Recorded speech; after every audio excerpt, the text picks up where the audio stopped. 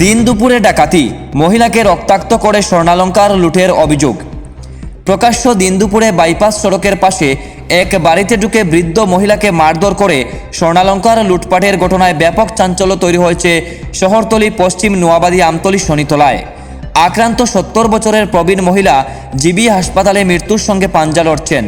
ঘটনার পর এলাকায় রীতিমতো আতঙ্কের চাপ পড়ছে। বুজজংনগর থানার পুলিশ ঘটনার তদন্ত শুরু করলেও রাতে খবর রাখা পর্যন্ত পুলিশ এই ঘটনায় কাউকে গ্রেফতার করতে পারেননি। এমনকি ঠিক কী হয়েছিল তা নিয়েও পুলিশ সন্দিহান রয়েছে। আক্রান্ত মহিলার নাম রাজলক্ষ্মী বর্ধন, স্বামীর নাম প্রয়াত অধীর বর্ধন। ঘটনার বিবরণে জানা যায়, জিবি খয়েরপুর বাইপাস সড়কের পাশে পশ্চিম নোয়াবাদী আমতলী শনিতলা এলাকায় নিজ বাড়িতে বৃদ্ধ রাজলক্ষ্মী বর্ধন এবং তার ছেলে উত্তম বর্ধন থাকেন। 50 বছরের উত্তম বর্ধন পেশায় একজন দোকান মালিক। পার্শ্ববর্তী বাণিজ্য চৌমনি বাজারে উত্তম বর্ধনের দোকান রয়েছে। প্রতিবেশীদের বিবরণ, উত্তম বর্ধন প্রতিবেশীদের সঙ্গে বেশি কথাবার্তা বলেন না। তার স্ত্রী এবং সন্তান অনেক আগেই তাকে ছেড়ে চলে গেছেন। উত্তম বর্ধন নিজের বৃদ্ধ মাকে বাড়ি থেকে বের হয়ে প্রতিবেশীদের সঙ্গে মেলামেশা করতে দেন না। বাড়িতে রীতিমতো গৃহবন্দী দশা কাটাচ্ছিলেন মা এবং ছেলে। কারো সাথে তাদের কোনো বিবাদও ছিল না।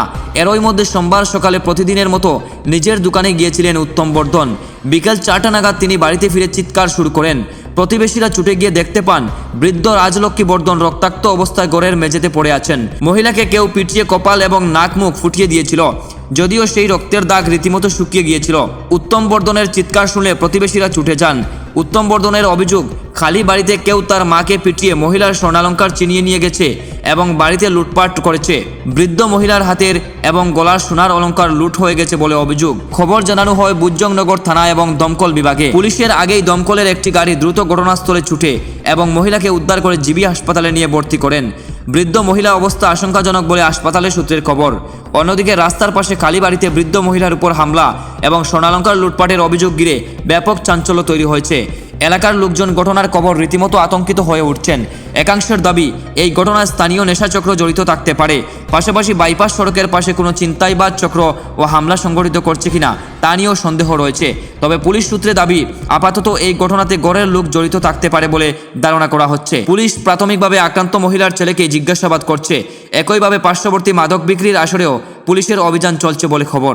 কি আছিল শরীরে?